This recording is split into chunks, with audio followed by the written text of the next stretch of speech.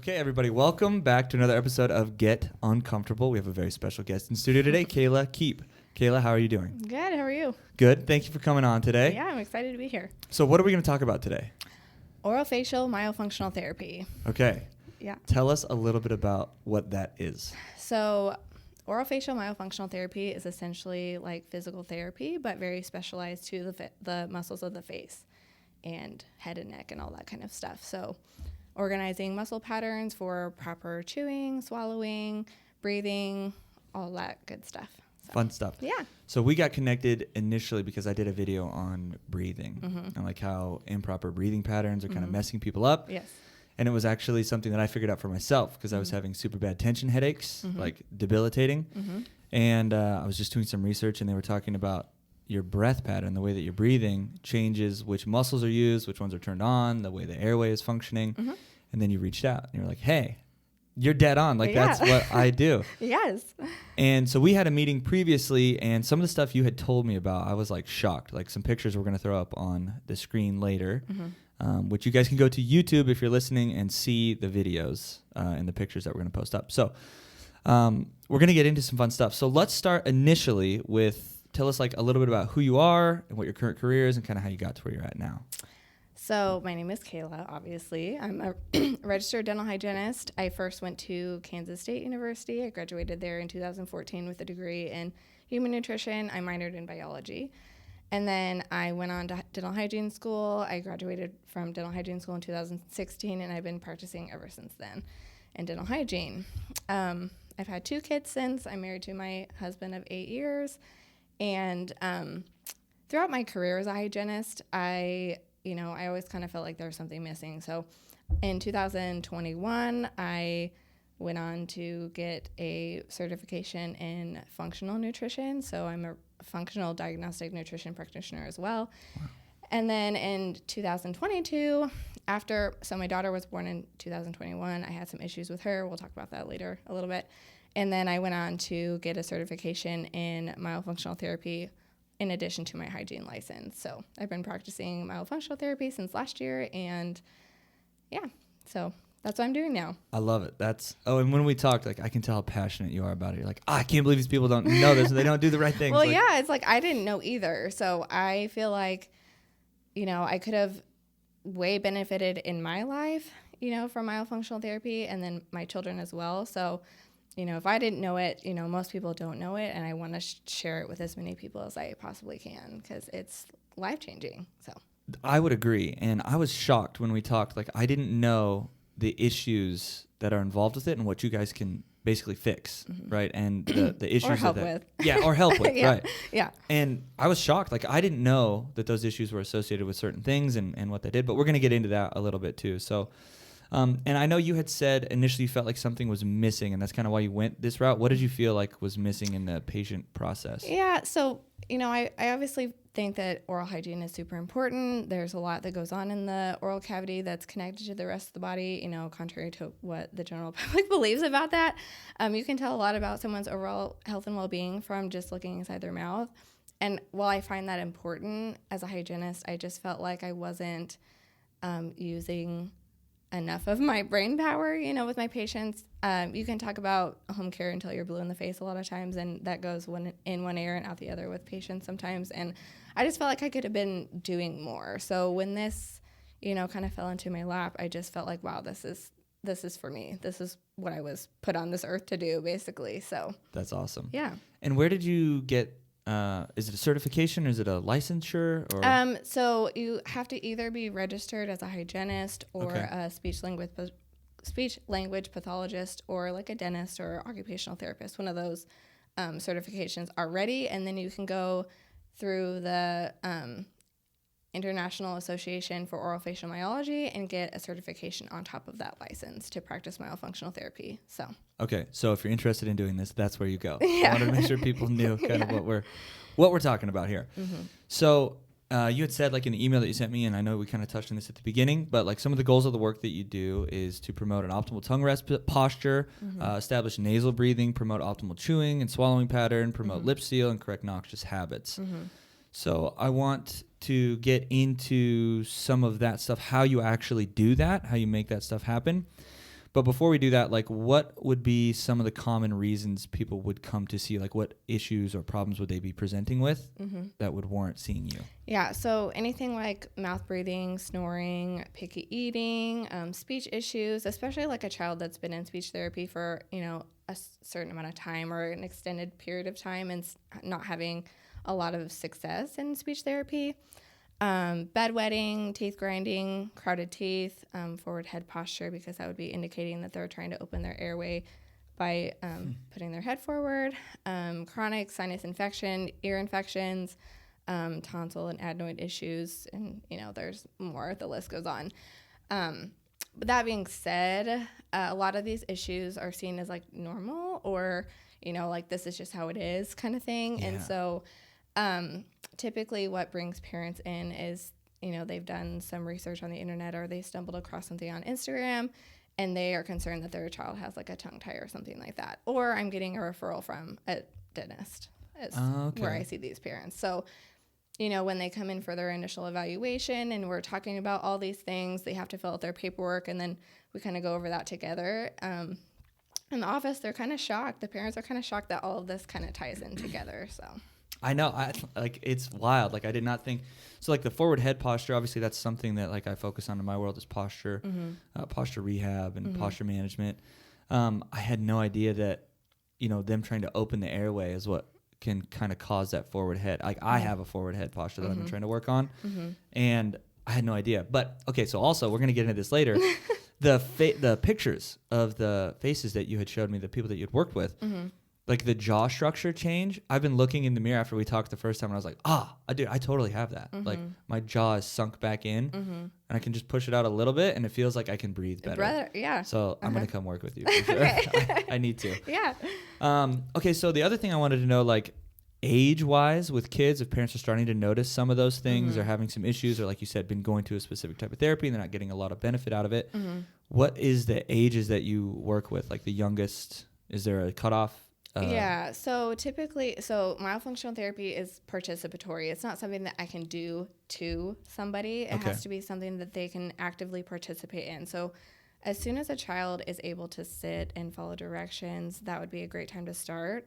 There's obviously things that you can do before it gets to that age. Like, if they're still like a teeny tiny toddler, like my 18-month-old daughter, 16-month-old daughter, there's things that I do with her at home that just encourage her to create muscle strength in the right areas and that kind of thing. But she's obviously not old enough to participate in therapy yet. So. Okay, that's good to know. And what are some of the things that you do with her to promote that strength? So every time I change her diaper, I'm clicking my tongue at her. And she mimics that. And so that's encouraging tongue strength, encouraging tongue posture as well. And then we do the kissy faces at each other. And that's encouraging lip competence, lip strength. Those are just some simple ones that we do at home. But yeah. That's cool. Things like that, yeah. My baby, she is 7 months old, and she just started doing the tongue click, like on her own. Like, she just do it, and she's happy. She just started doing it. So I do it to her, and then she does it back to me. Yeah. That's cool. I didn't know that. One, yeah. Okay, that's cool. You're on the right track. Yeah, that's what I like to hear. Okay, so we kind of talked about some of the issues that they have. Can you give us some insight into like the actual methods or modalities that you're using with people? And I mean, if you want to break this down in a way where we talk about, okay, like a tongue tie, that's what you would do, or I don't know, like if their jaw muscles are super tight or how you are weak, how you strengthen those. Like you could break it down into individual problems. Sure. So at the initial evaluation and then at each follow-up appointment, I'm continuously evaluating strength and function. So I'm looking for the tongue to have adequate strength and function to promote that optimal growth and development. So the tongue needs to be resting in light suction against the palate day and night at all times, unless you're talking or eating. And what that does is create pressure against the palate to grow it broad and forward. That's going to help grow the palatal space so that we can erupt all of our teeth. It's going to create enough room for the tongue to live inside the mouth and out of the airway, and then it's also going to grow that airway large, which is more desirable, like better breathing, right? So for that to happen, the tongue needs to have adequate range of motion and function, strength, those kinds of things. So if the tongue is tied, that's obviously an issue. But before we jump into like doing a tongue release or anything like that, we need to first increase the strength and the function, because sometimes if there is poor tone or the functional goals have not been met, it can disguise itself as like a tongue tie. So sometimes if we can get that strength and function built up, it can minimize the effects of like a tongue tie. But sometimes, a lot of times we still need to go through with a release. And getting the strength and function there before the release helps with the release process, wound management, healing, those kinds of things as well. So. Okay, and just to be clear, tongue tie is where the tongue is like attached too far forward so they can't. Yeah, I'm trying to get away from tongue tie. I'd like to call it like more of a tongue restriction. So like there's a restriction that's creating, functional issues. So it's not having proper range of motion. Okay. So. Okay. And then let's talk about like trying to promote nasal breathing. Mm-hmm. What are some things that you would do? And why would somebody, a kid specifically, like be presenting with mouth breathing often? Because in my world, I deal with a lot of anxiety and stress. Mm-hmm. And obviously, if you're doing a lot of mouth breathing, that kind of triggers some of those symptoms. Mm-hmm. They're either breathing really shallow. They're probably not doing deep, like diaphragmatic breathing. Mm-hmm. More clavicular breathing. Yes. Mm-hmm. Yeah. And it's very, it causes a lot of stress for people, a lot of anxiety, like feelings of anxiety, and just changing the way that they're breathing. And a lot of people grow up never breathing through their nose. Mm-hmm. What are some of the reasons that is, and how would you promote it? So for nasal breathing, we need to make sure that we have lip competence, so like adequate strength in the lips to keep them closed throughout the day and night. So we need to strengthen the lips. The tongue rest also needs to be adequate so that it's sealing off that nasal or that oral cavity so that the air is flowing, past the oral cavity into the lungs. We also have to consider nasal obstruction. It's super common, allergies, inflammation, maybe like a deviated septum or enlarged nasal turbinates. Those play a role in nasal breathing, so sometimes we have to enlist help from like an ENT to clear them, make sure that it's possible to breathe through their nose. Do some functional testing sometimes to eliminate food sensitivities or like toxic load, environmental toxins, those kinds of things can also create a lot of nasal congestion that prevents us from breathing through our nose. So, our body is a master of compensation. Our body is going to prioritize the breath. If we can't breathe through our nose, it's going to, default to the mouth. Even though it's not ideal, that's not how, we're meant to breathe. It's still more important to breathe through our mouths than to not breathe at all. So our body figures that out and prioritizes. So I really like that term, a master of compensation, because a lot of what I work with in here is because the body's compensating due to a lack of range of motion or, muscular imbalance. So why is it so important to be able to breathe through your nose? Nasal breathing has so many benefits, which I'm sure you're aware of. But, when we breathe through our nose, we breathe lower and slower, which decreases, anxiety, those kinds of things. But also mouth breathing is linked to a ton of like chronic health issues like sleep disordered breathing. Just like a ton of things. I have a whole list of like why it's important to breathe through our mouths. Let me see if I can find that. Or breathe through our noses. Yeah. So nasal breathing, we get better air quality because the nose acts as like a filter for, our breath. So it's going to warm, humidify, filter the air. It increases oxygen uptake. We get, optimal growth and development because that tongue is going to be resting against the palate. Improve lung volume, nitric oxide production, which acts as a vasodilator to get that oxygen circulated throughout the body. Increased athletic performance, better sleep, better cognitive function, like so many things. So it's way more important to be breathing through our noses than our mouths, but if it's not possible, then obviously breathing through our mouths is, it's better than being dead. Yes, right. So everybody listening, if you heard that, even if you're an adult, it is important to breathe through your nose for a multitude of reasons. If you're trying to exercise, if you have low energy, like there's a lot of reasons you should breathe through your nose. I try to tell people that all the time. Mm-hmm. I notice it calms me down too. Like I feel definitely more calm when I'm breathing through my nose versus mouth breathing. Are there any other like common issues that you see that you have to treat a lot? We kind of talk about the tongue restriction, mouth breathing. What's some other stuff? Yeah, so sometimes picky eating, that's something that's common with children that have a lingual restriction because a proper chewing and swallowing pattern would be to chew all of your food on one side of the mouth and then transfer it over to the other side of the mouth, in a whole bolus is what it's called. and then transfer it back onto the tongue and then elevate that tongue to swallow. And when there is not proper range of motion, it's more difficult to transfer the food back and forth and then get that proper swallow. So a lot of times the kids don't want to mess with it. It's too much work. So they gravitate towards foods that are easier to chew, or that foods that don't require a lot of chewing, so that they can just chew it a few times, put it on their tongue, and swallow. So. Okay. I think my daughter does that a little bit. She likes to like stash food in her mouth for like 10 minutes sometimes. Like, she doesn't want to chew it. Yeah. So. It's maybe a little bit too difficult for her to transfer it back and forth or swallow. Then, they tend to pocket food in their cheeks sometimes as well. So she's done that for a while. Okay. Well, I guess she's going to come see you too for sure, because she has some of this, I think.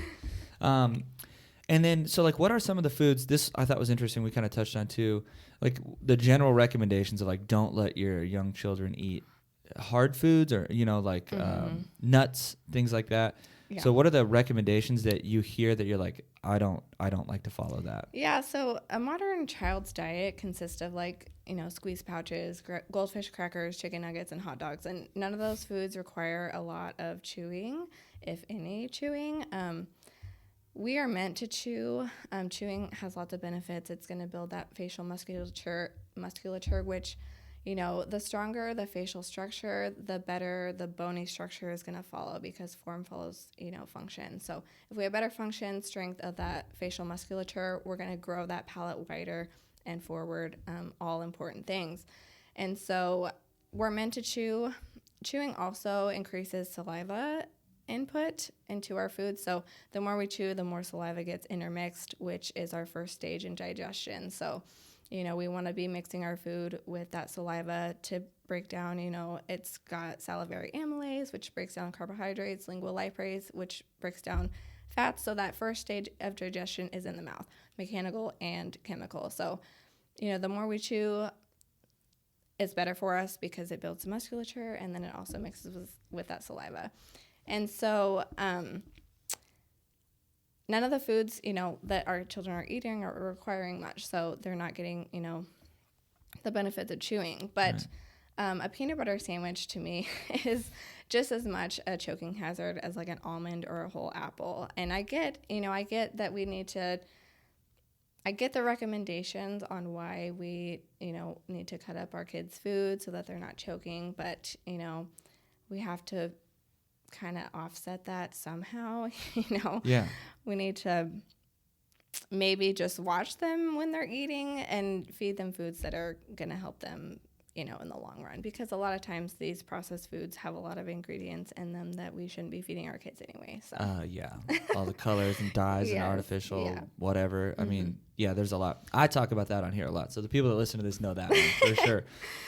So obviously we're not giving a recommendation here on like, hey, feed your kids this, but like, are there some things that you do that you give your kids specifically? And again, not a recommendation. Just I mean, curious. My 16-month-old daughter walks around with whole apples in her hand, and my 3-year-old eats nuts, which is, neither of those are recommended for kids under the age of 4, and I do that anyways. I do the same thing. My 3-year-old eats apples. I mean, I do cut up her grapes because I'm worried about a grape getting stuck. But I do too. But like, I'll give her cashews.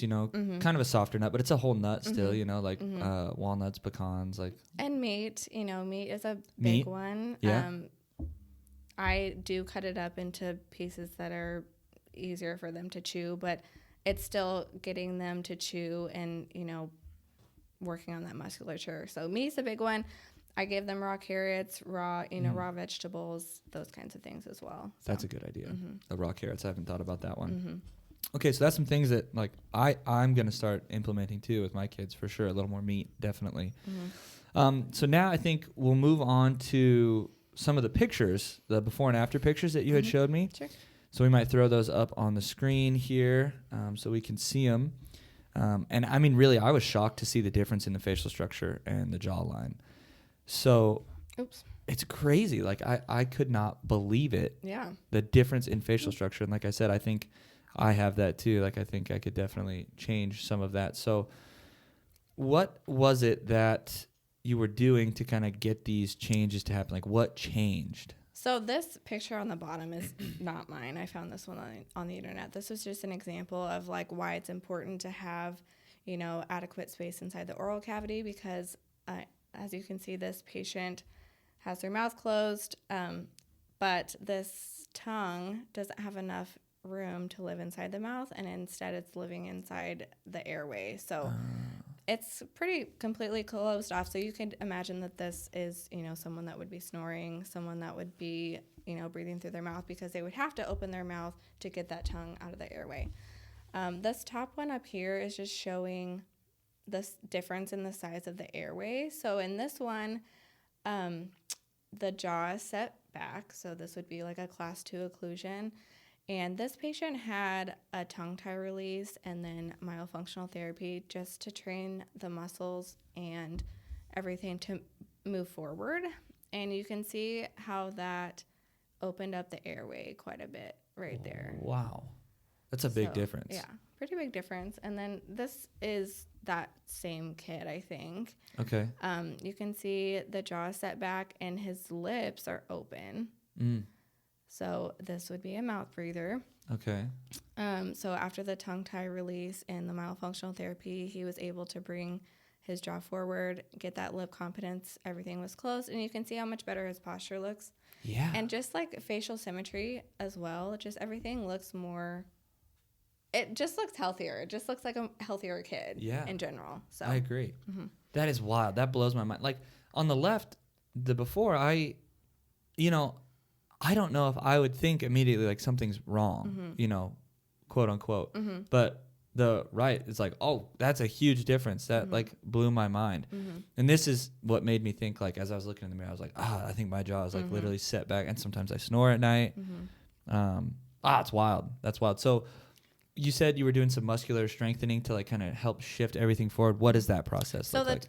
So in this one, when the tongue is restricted, obviously it's tied to the floor of the mouth. And so by releasing that tongue and then training it to live where it is supposed to live, it automatically just brings everything forward. Because if your tongue's low, everything's just kind of sitting down. If you bring it forward and up where it's supposed to live, everything just kind of naturally moves forward. So getting that adequate, tongue strength function is automatically going to bring that forward a little bit. It's not always this impressive, but it still, provides benefit to every patient. So, right. Yeah. So, I guess, are you wanting me to, what was your question on that? Yeah. That was the question really, like how what the actual like mechanical process is of changing the structure of the face. And like you said, form follows function. So fixing the function, right? So in a child that has had a lingual restriction, especially a child that would be this old, has already made so many compensations. So when the tongue doesn't have, it has a lot of important roles. The tongue functions to, make speech sounds, to eat, to talk, breathe, all those things. And so if it doesn't have adequate range of motion to complete those functions, the rest of the muscles of our face and neck have to compensate.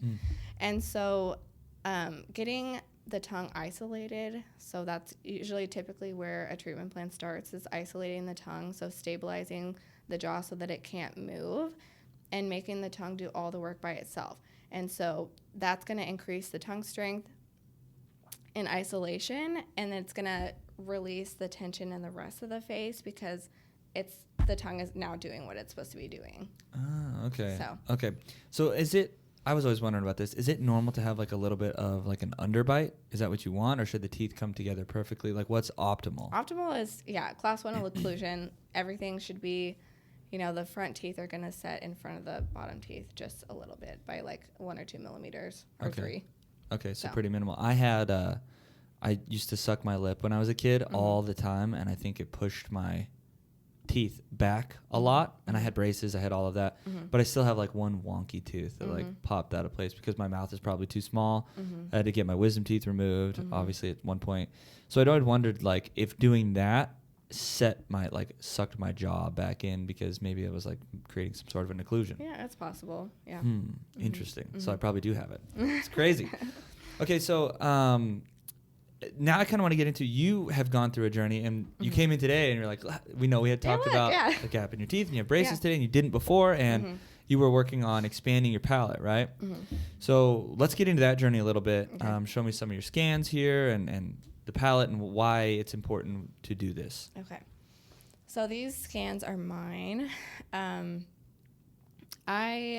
an optimal palatal width from first molar to first molar on the palate, it should be anywhere from like 38 to 42 millimeters. And before I started expansion, I was sitting at like 31. So pretty narrow.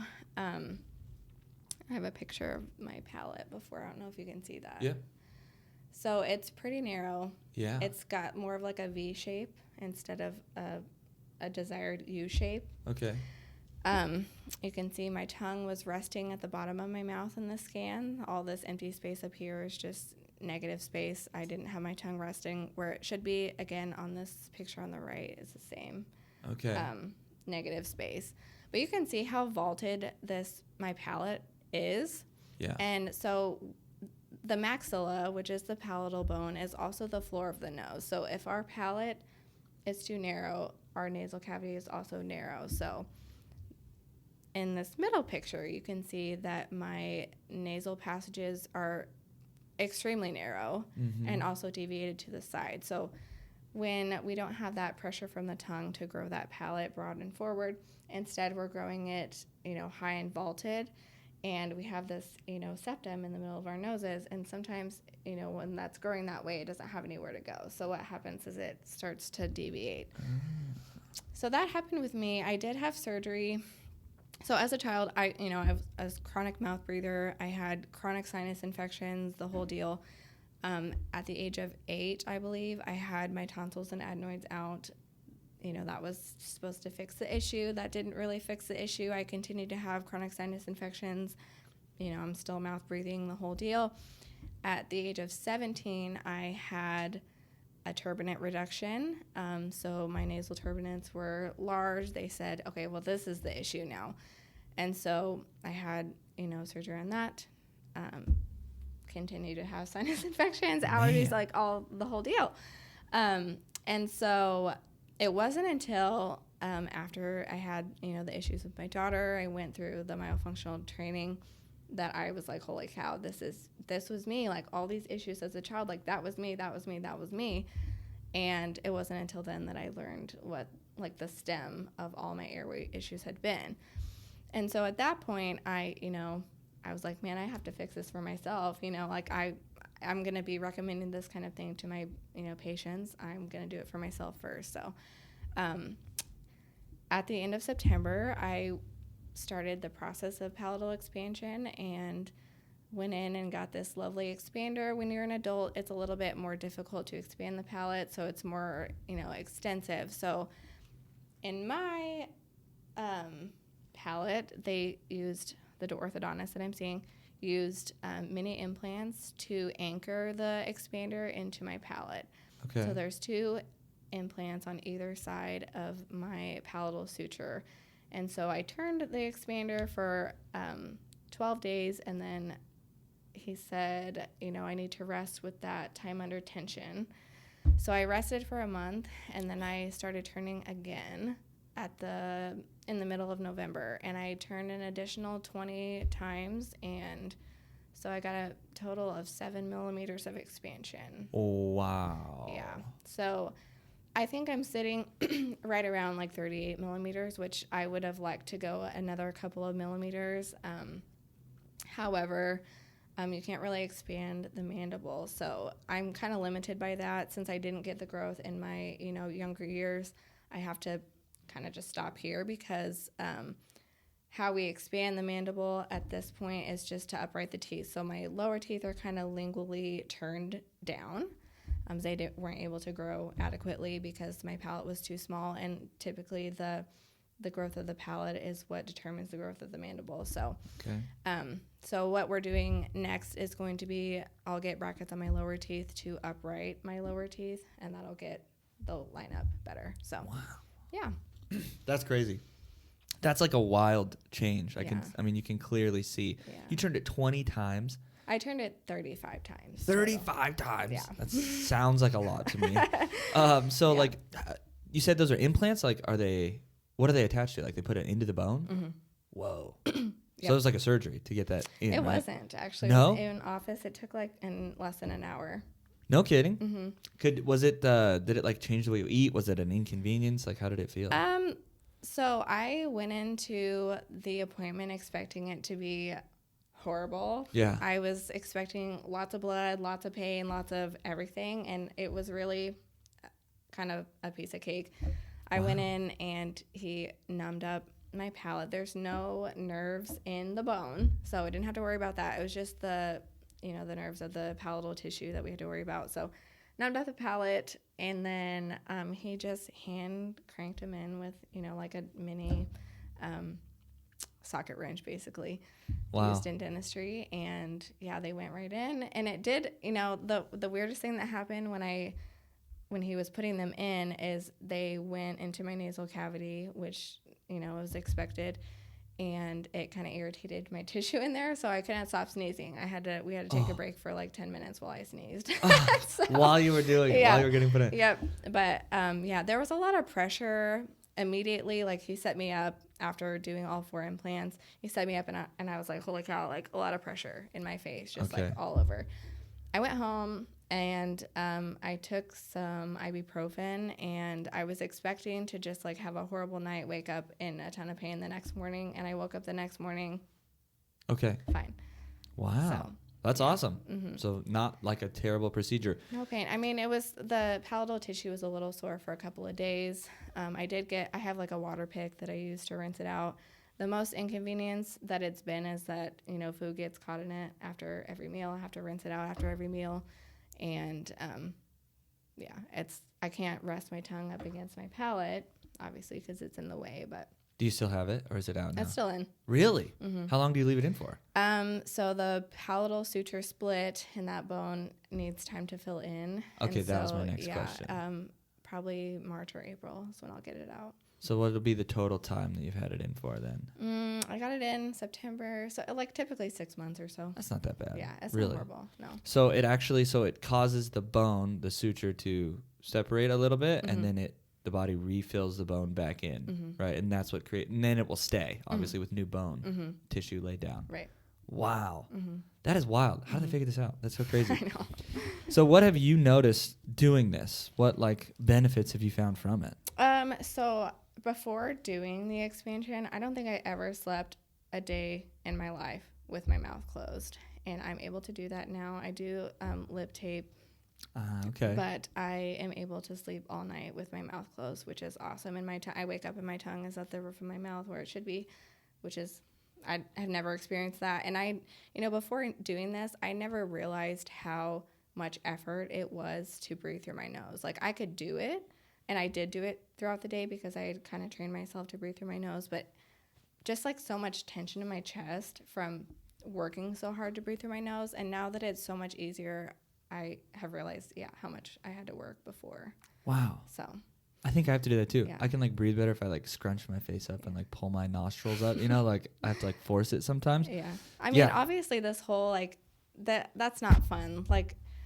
I didn't love having the gap in my teeth. I don't love having the braces. I don't love having the expander, but I would do it again. Really? It's been worth it. Yeah. Wow. I mean, if you can't breathe, you're not living a quality life, right? That's what people are missing, I think, Yeah, and mouth breathers have a higher incidence of allergies, asthma, and I have all those things. My asthma was a lot worse as a child. It's not as bad now. It's only, certain triggers that bother me. But I just had seasonal allergies really bad, a lot of asthma problems, breathing problems, just a ton of mucus. I would get sinus infections constantly, and then it's impossible to drain, because if you think, typically your palate would be broad and you would be able to drain your nasal cavity, but my nasal cavity is clear up like this, so to drain it, my sinuses are down in here. It's got to go up, and it's just would never drain. I'm having to rinse with a neti pot constantly, all day long, and I rinse with it, I can finally breathe, and then 30 minutes later I can't breathe again. So I've struggled with that my whole life basically. So wow. I have noticed my palatal vault is not going to come down. That's just not going to happen at this stage in my life. I'm too old for that. And so I'm getting, benefit. I have noticed that I'm able to drain it easier, but it's still like I still have the vault. So wow. yeah, I'd be so curious. I got to come get some scans because I want to see like what it looks like on the inside, you know. And it's like, yeah, okay, I couldn't breathe. Like, I just cannot believe how my body basically learned the wrong breathing mechanics because, like you said, it's gonna breathe. You're gonna stay alive, right? It's gonna figure out how to keep you alive. So. Yeah, but and like the problems it causes. Yeah, like mouth breathing is a vicious cycle. So it starts somehow like, whether it be like an allergy or a tethered oral tissue to where your mouth is open as a baby, And then what happens is we get that inflammation because, we're not getting those properties of the nasal breathing, like the filtration of the air. So what's happening is we're taking in, a lot of pathogens, things that should be going through our nose and getting filtered out. They go straight into our mouth. So a lot of times then we are dealing with like tonsil and adenoid hypertrophy. And then we have this nasal obstruction to where we physically can't breathe through our noses. So the mouth breathing continues and then it's habituated where we've always breathed through our mouths. That's just how our body has learned to do it. So, man, and the cycle continues. It's a vicious cycle. I wish more people knew about this, one thing for sure. But before we move on, I've got a couple other points I want to get to. But we had talked a little bit about your experience with your daughter, and that's what kind of like sent you on this journey a little bit, right? So can you tell us about that? Yeah, so my daughter is 16 months old now. Bring that mic up just a little bit. That better? Yeah. Okay. So she's 16 months old now, and I was having a lot of issues nursing her. And I'd previously nursed my son for 18 months with no issue, and so I kind of knew what I was doing. I just knew there wasn't really something right with her. And for context, she was born 3 weeks early, and she spent a week in the NICU. So, I would bring her in to lactation, pediatrician, all the deal, and everyone's like, oh, she's doing great for a NICU baby. And I didn't want her to be doing great for a NICU baby. I wanted her to be doing great, and she wasn't. They just kept telling me to, you need to not compare her to her brother. She's just going to be a tiny little girl like her mom, like all these things. And I just, I regret to say this, but I kind of stuffed my mother's intuition down because the professionals were like, she's doing fine. And then, weeks go by. She's 12 weeks old at this point, and I was just like, I've had enough, Yeah. So I started Googling, which I don't recommend. She had, pretty much every symptom of a tongue tie. She was, leaking out the corners of her mouth, horrible. She was drenched after every feeding. I was drenched, like my shirt, everything was drenched. And her lip was constantly just like a blister all the way across the top. I don't know if I can probably put a picture of that up here. Yeah. I would like to say with the Googling thing, a lot of people say don't do it. Don't do it. But I'm a big proponent of being your own advocate because you were basically being gaslit, with your concerns. But I would say, like, if you're going to do that, do it with a grain of salt and don't, like, make your worldview and your convictions off of it. But I would say I think it's a good idea to do a little bit of research for your individual situation. So that's just a side note. So this was after every feeding, she was just like completely drenched in milk. Wow. That's all over her face. And then on this one, you can see her top lip was just a solid blister all the way across. And the reason for that being is that when breastfeeding, the tongue provides the primary seal. So the tongue needs to be cupping around the nipple, pushing it up against the palate to extract the milk. And if it can't perform that function, the lips have to hold on for like dear life to extract the milk. So that's what the lip blister is from. So it was just like all the way across. And then this is the milk that was left on her tongue because if the tongue can't clear against the palate, there's always milk left over. And then you can see her facial shape here as well. Her chin was regressed, like set back. Yeah. And there's another picture of those lip blisters across the top. Man. And then this is after her release. She was feeling loose. So she feels good. She felt good, and another symptom of like in babies, like a tongue restriction is that they have to work so hard. So every time she was feeding, she was just like so tense, like, oh my gosh, this is so hard, And after her release, it was just a lot easier. I will say it wasn't. So okay, I'll go back to the story. I found a dentist in our area that specialized in infants and children's oral restrictions.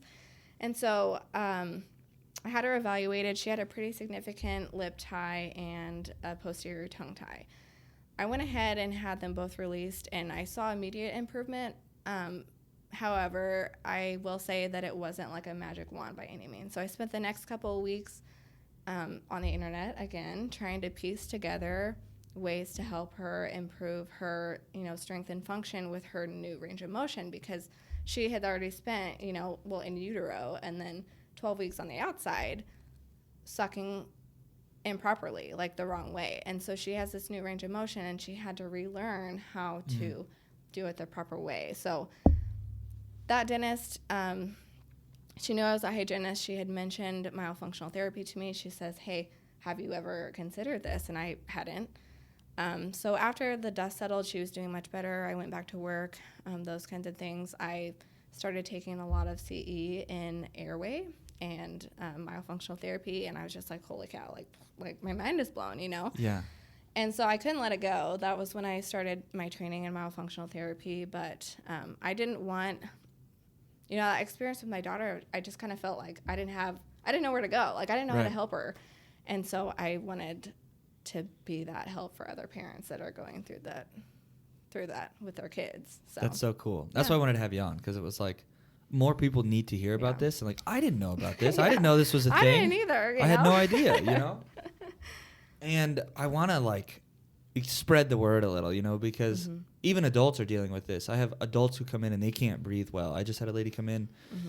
She's not my client. She's working with another trainer, but she's had a bunch of turbinates removed from her nose. She's like, I can never breathe through my nose. And it's like, how much of this could have been maybe, dealt with at a younger age or remediated a little bit, It's so much easier on a child because they're still growing and developing. Like if you can change the trajectory of their growth and development, like at a young age, if we can catch this when they're young, it's a lot easier than on someone my age, because there's only so much you can do, Right. It's very limited at a certain point. So as a parent, I'm kind of curious about like symptoms or issues that you could look out for. And we've touched on some of them for sure, but like just kind of to summarize everything, And then the other question I had was, should we change what we feed our kids? Like that's something we touched on, but are there certain types of breathing techniques we should try to teach them? Like I try to teach my daughter deep breathing when she's like stressed out, or try to teach her to breathe through her nose and like make that a priority. And you had said like the clicking even, I thought that was interesting. And is there anything like we should implement as parents? Yeah. So, just watching your kids. Mouth breathing is a big one because, like we talked about, it's a vicious cycle, and nasal breathing is far superior. So any airway concerns that you have with your kids, sleep issues, feeding issues, speech issues, it's always best to have that evaluated at a young age before, the cascade of other health concerns starts. Nasal hygiene is so important, and especially in little kids because they can't do it themselves. And so saline rinses, there's like xylitol sprays, which I think the brand that I use is called Xlear. It's Xlear. Okay. And that is like a more natural like nasal decongestant. I use it in the morning and at night. Humidifiers, air purifiers, those things kind of go a long way. And then, like diet plays a huge role. Chewing is good for us. It helps build our facial musculature, which guides the growth of our bony and facial structure. Let's see. So the nasal spray, you personally use it every morning and every night? Do you use it with your kids, or it can't be used for kids? I tried it with my son. He's just like, he does not like it, but I plan to as soon as he's a little bit more tolerant. And you do it every day? I do it every day. Wow. Where do you get it? Amazon. Okay. All right. Yep. I'm going to get some. Yeah. So, we talked about like food sensitivities contribute to inflammation, but so do like fillers, preservatives, additives, excess sugar, and the chemicals that we consume through processed foods. So, those kinds of things we need to look out for, especially in little kids, because, a typical kid's diet, like we talked about, is full of that kind of stuff. And then cueing them to close their mouths and breathe through their nose when you're, playing with them. Start clicking your tongue, making the kissy faces, those kinds of things. And then if you notice any major issues or, difficulty and they're not having any progress with ear cueing, those kinds of things, then for sure reach out. So, Okay. yeah. Okay, cool. All right. That is good to know, because after we talked, I was like, for like 2 days, I was like, watching everything my 3-year-old was doing. I'm like, oh God, she has this and she has that. No, I'm like, oh, I have that now. So I was like, okay, we're just going to go talk to her. I don't think that there's probably not a child that couldn't benefit from myofunctional therapy. So, right. Yeah.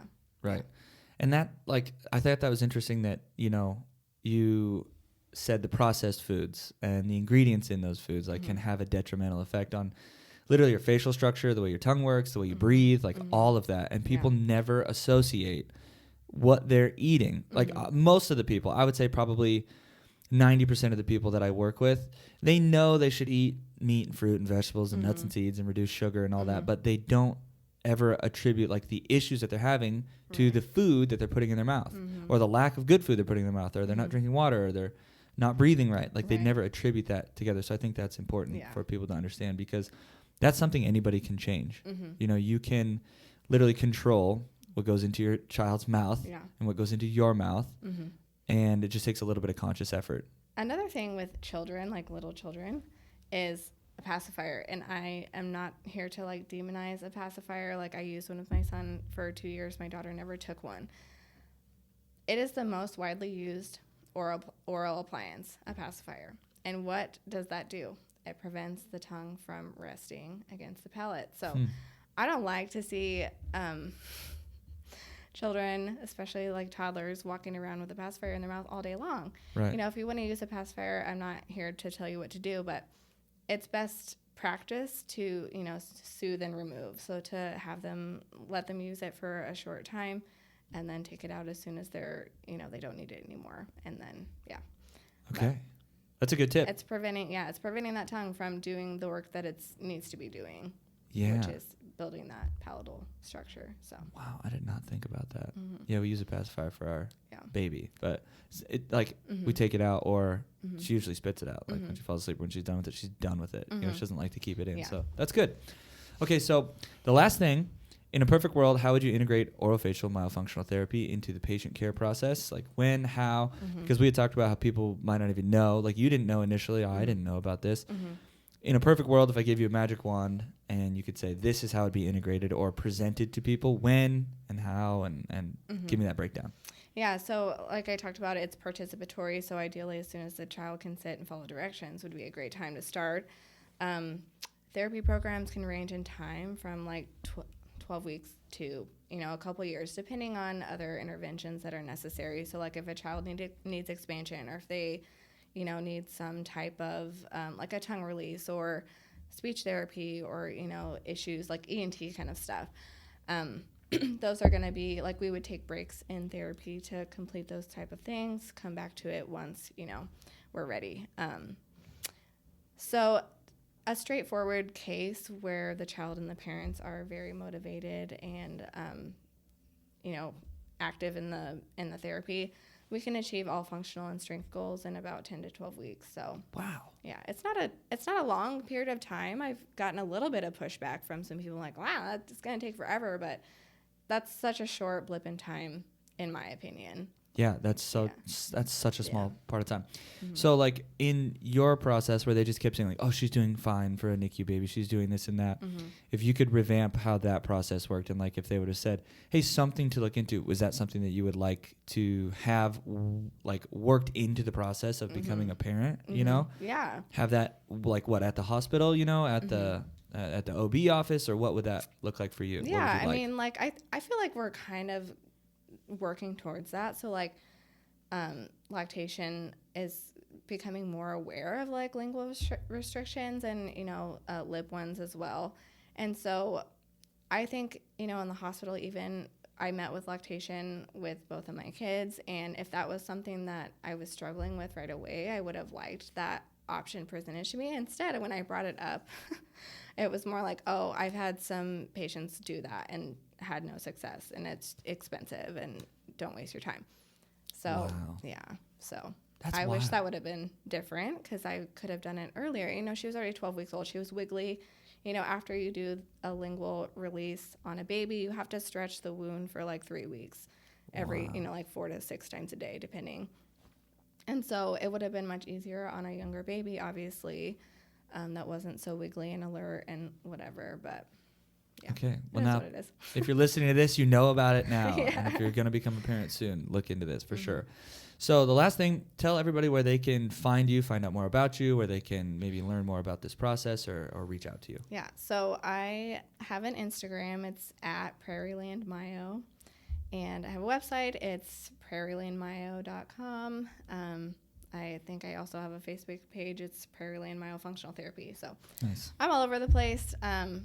I see patients on Tuesdays and Thursday afternoons in Grand Island. So Okay. yeah. So typically patients either call me or require or acquire, what is it called? They, I don't know. They submit something on my website. Like a request, like an intro form or something. Yeah, okay. on my website. Okay, that's good. So they can do that. Yeah. I'll put links to all that in the show notes when the show comes out. And yeah, Kayla, thank you so much for coming on. I appreciate it. Yeah, it's good to be here. Okay, we'll talk to you again soon. All right, sounds good. All right, bye everybody.